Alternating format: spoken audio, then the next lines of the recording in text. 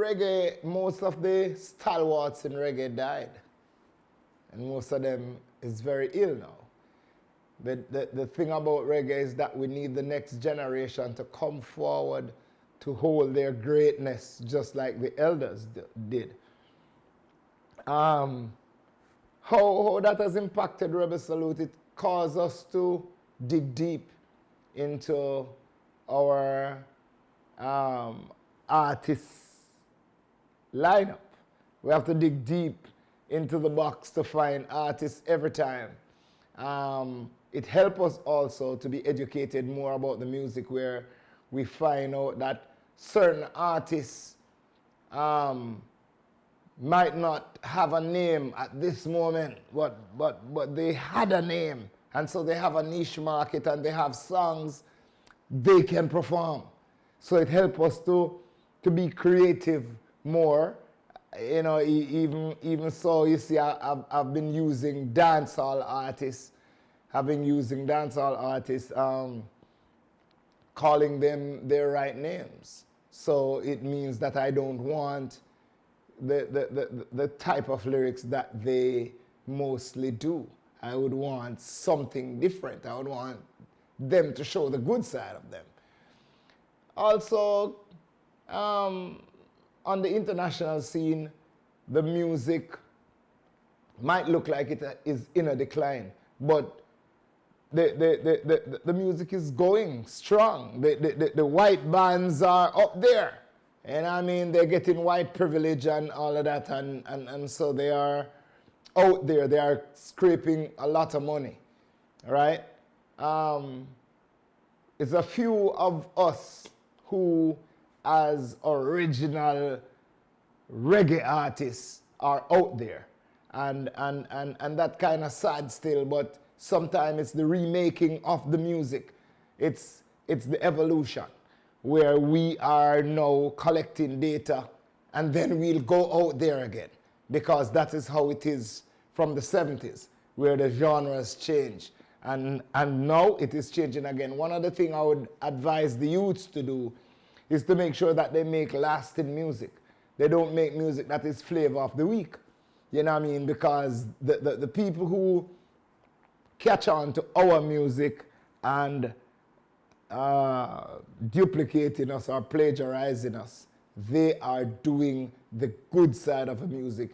Meanwhile, a lot of us are just saying some funny lyrics, some chopping lyrics, some lyrics about girls and lyrics about guns, which only can go to New York and Connecticut and so forth. But the broader sector of the music village of the world, we can't penetrate that. You have to be very creative to be coming up with songs about girls and about guns and about money. Just those topics. So you have to talk about those topics from different angles. Every time you have to find a different angle to come up with. But the broader spectrum is there. You know what I mean? It is open to us. We just have to think, you know, as creatives and create. You see, Bob Marley said, don't worry about a thing because everything is going to be all right. You know, him say, one love, one heart. You can't teach the Germans about guns. They know it. You can't teach the French about sex. They know it. So you have to tell them something that they can find solace in. You have to tell them something that they can find comfort, something to inspire them or motivate them. My most memorable Rebel Salute moment is two. At least is a whole heap. My first memorable one was Garnett Silk coming out of hiatus, 1994, when he was not performing. And then he came and he performed and everybody was so amazed. You know, rain fell all night and nobody moved out of the rain. All stayed until daylight when Garnett Silk performed. I tell you, eye water, everybody cried, you know. And I remember again, in 2004, we went on the streets and took a mentally challenged artist who mentally challenged for 28 years or 30 years in the form of Junior Biles and have him perform on Rebel Salute. Yeah, when he held the mic, he looked at it for about 5 minutes, and then he started to sing I and I Beat Down Babylon, and everybody wept again. The following year was another special year when Jimmy Cliff performed for 2.5 hours without stopping, and all the young people in the audience were amazed. You know what I mean? They were saying that it was not a virtuous song he was singing when he sang The Rebel in Me, only to know that it was Jimmy Cliff's song. Those are 3 moments, but as far as I'm concerned, 29 great moments we've had with Rebel Salute, and this coming one is the 30th. The most difficult year promoting Rebel Salute is 1995, the second year. The second year, when we were about to have Rebel Salute, Garnett died. And so we were busy arranging his tepial until the 25th of December. And after the 25th of December, I decided that I would just go through with the show and call it a tribute to him. So at that time, everybody just rallied around and make it happen. But that was one of the difficult years because just lost my brother, and you know, it took a toll on us really to arrange his tepial, and then after that we had like 2 weeks, 3 weeks to arrange it, and it was one of the most successful shows too, because about 50,000 people came, and people just sat in their car because rain fell all night too. Well, we find funding to do Rebel Salute by Iman. Iman is an artist, and I go out there and I work. So I pump my personal dose into Rebel Salute, and every now and then we get some sponsorship, because we get sponsorship from like JTB. This year we get sponsorship from Pepsi.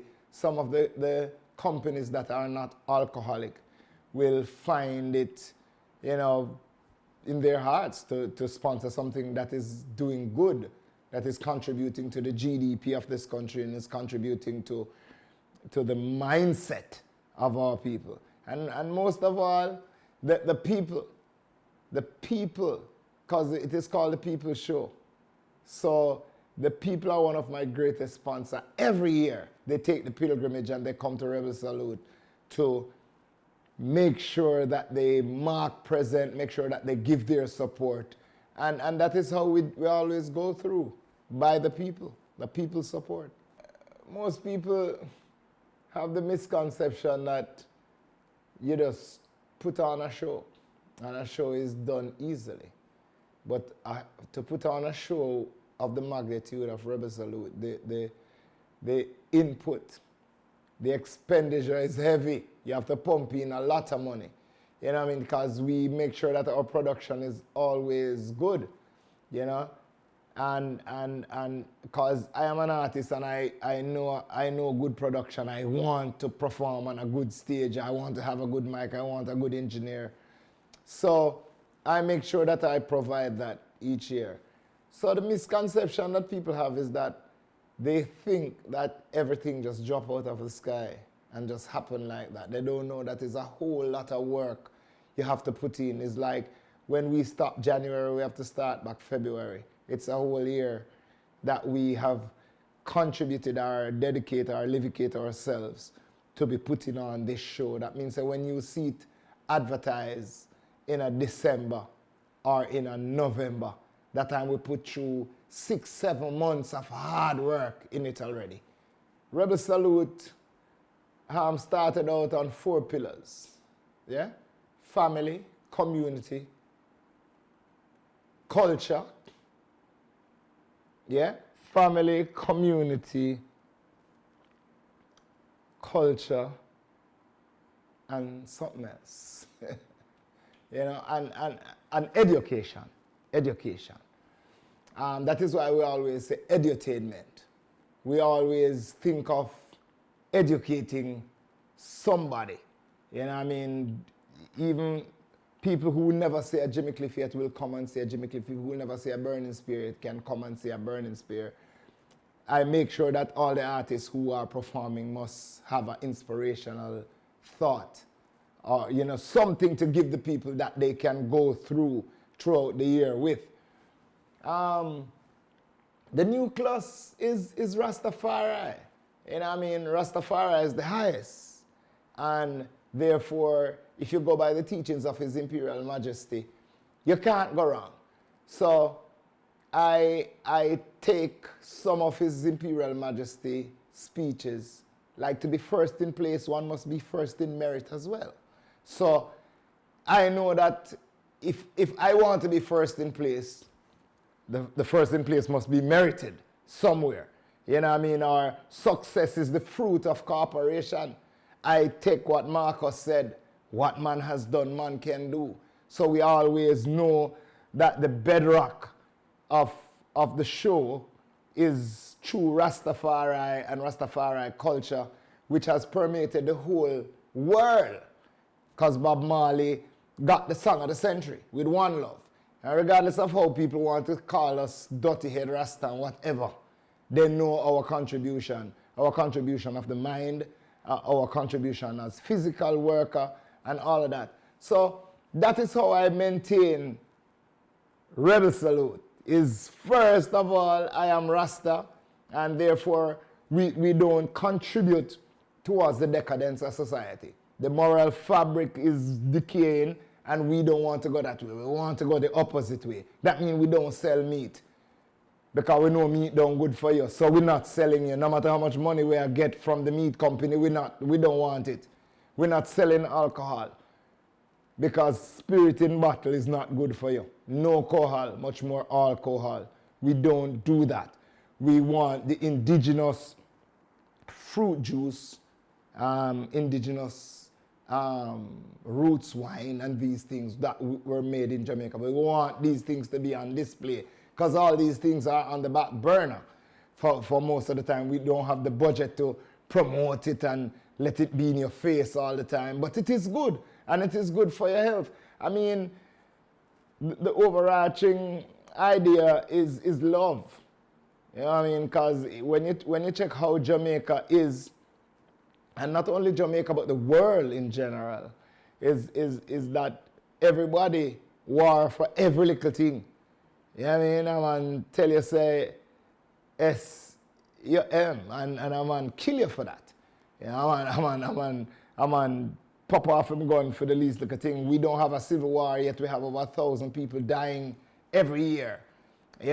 So we have to manifest and portray love. Even when the majority is not doing that, we have to continue to preserve that and make that go forward, because that's the original way where we go through our oral tradition, where the griots come and speak to us about what always happened.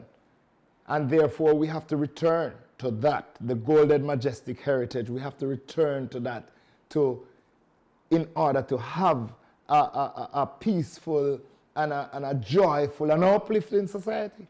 The 30th stage in, you have to look for what you always get. We always have inspirational music, we always have motivational music, we always have the herb curb, which we speak about the herbs in a positive way, that people don't just think that is rub out your hand and you smoke. We talk about the sacramental use, the medicinal use, and the economic version of weed too. We have our artisan village, which we display some of the greatest piece of arts that was created in Jamaica. And also this year we have a new segment that is spearheaded by the parenting, the National Parenting Commission. We call it the EduTech Hub, where we combine technology with education, because say I have phone now, and every little thing, if people will learn things on the phone now more than how they will learn it in a classroom. And plus, it's not one way to teach now. We have to use all aspects that we can. So we have that segment there this year. And we have a white cross-sector artist.